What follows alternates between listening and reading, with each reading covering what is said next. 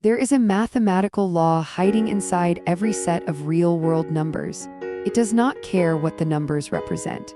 It does not care whether you are measuring the populations of cities, the prices of stocks, the distances between stars, or the revenue figures inside a corporate balance sheet.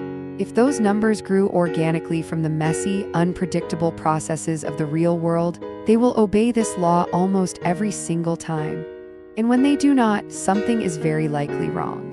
This is Benford's law, and it is one of the most quietly powerful fraud detection tools that exists. Understanding it requires letting go of a very natural but completely incorrect assumption most of us carry around without realizing it. Here is that assumption.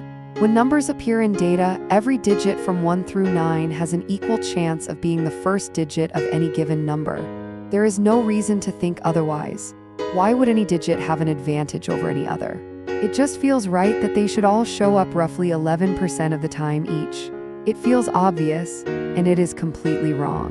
Benford's law says the digit 1 appears as the leading digit in naturally occurring numerical data about 30% of the time. The digit 2 appears as the first digit roughly 17.5% of the time. The digit 3 about 12.5%. And it keeps declining from there all the way down to the digit 9, which leads off a number only 4.5% of the time. If you were to graph this distribution, it would form a clean downward curve, heavily weighted toward the lower digits, tapering off toward the higher ones. The mathematical formula behind this is surprisingly elegant.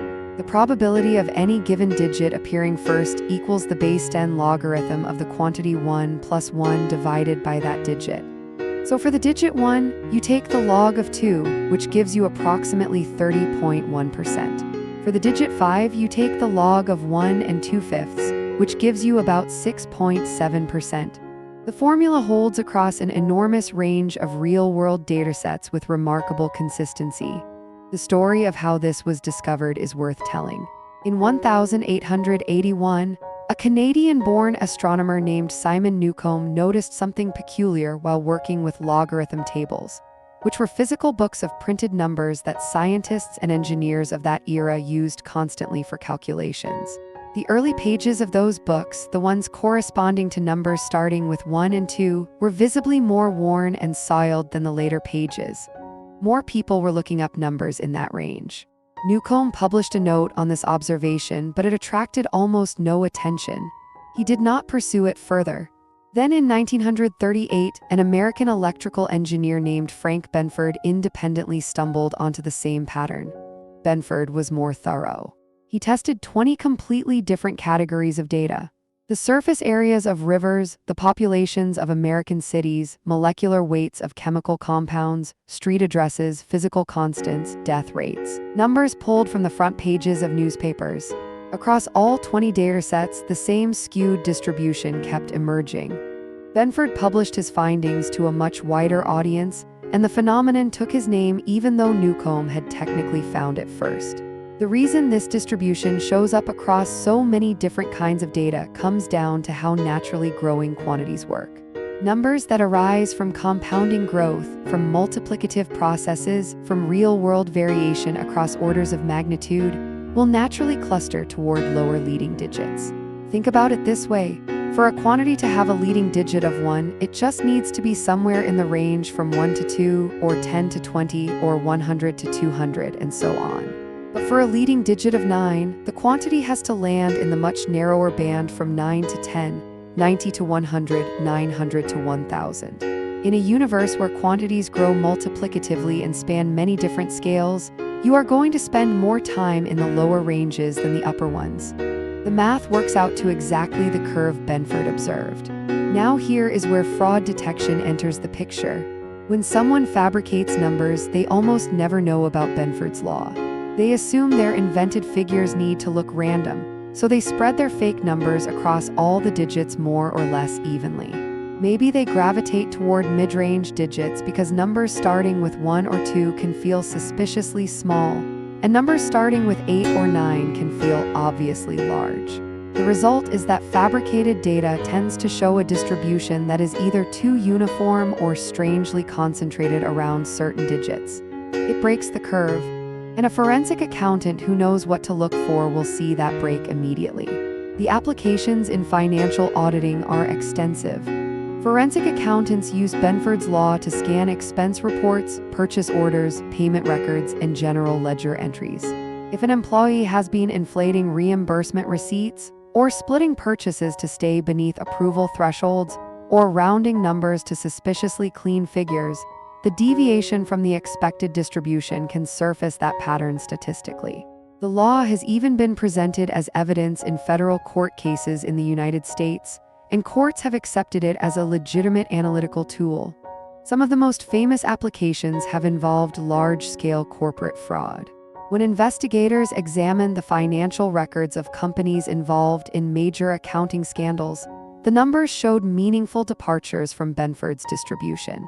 The pattern does not prove fraud on its own, but it points auditors directly at the data that warrants deeper scrutiny. It converts the problem of searching through millions of transactions into a much more targeted investigation. Election fraud analysis has also drawn heavily on Benford's law, though with important caveats. Some researchers have applied the law to precinct-level vote counts to look for signs of manipulation. The logic is the same. Artificially inflated or redistributed vote totals might not follow the natural distribution you would expect from a genuine count. Several analyses of disputed elections around the world have cited Benford's law as part of a broader statistical case. However, election data experts are careful to note that vote counts do not always span the wide range of magnitudes that makes Benford's law most reliable. Results need to be interpreted alongside other evidence rather than used as definitive proof in isolation. Scientific data is another domain where the law has been applied. Researchers have used it to screen published datasets for potential data fabrication. If a scientist recorded measurements or experimental results, those values should follow natural patterns. Numbers that were invented rather than genuinely measured tend to deviate. Several academic investigations into research fraud have incorporated Benford's analysis alongside other red flags like impossibly small standard deviations and duplicated values. From a statistical testing standpoint, the most common approach is the Pearson chi-square test, which compares observed digit frequencies to expected Benford frequencies and produces a p-value indicating how surprising the observed distribution would be if the data were genuine. One practical challenge is that chi-square performs poorly with small sample sizes, because small datasets will naturally show more random variation, making deviations look more significant than they are. For smaller datasets, the Kolmogorov-Smirnov test offers an alternative that handles the sample size issue more gracefully. Some forensic analysts also look beyond first digits, examining the distribution of second digits, last digits, and digit pairs, because fraudsters who have learned about first-digit patterns might try to compensate while inadvertently leaving other signatures. It is worth being honest about the limitations. Benford's law does not apply to every kind of dataset. It works best when the data spans multiple orders of magnitude, when it is not constrained by minimum or maximum values, and when the values are genuinely the product of organic real-world processes. Assigned numbers like zip codes or phone numbers will not follow the distribution because they are not generated by natural growth. Prices that cluster near a psychological threshold like just below $100 may show anomalies that reflect consumer behavior rather than fraud. Analysts need to understand the context of their data before drawing conclusions. What makes Benford's law genuinely remarkable is that it turns the fundamental nature of numerical reality into an audit tool.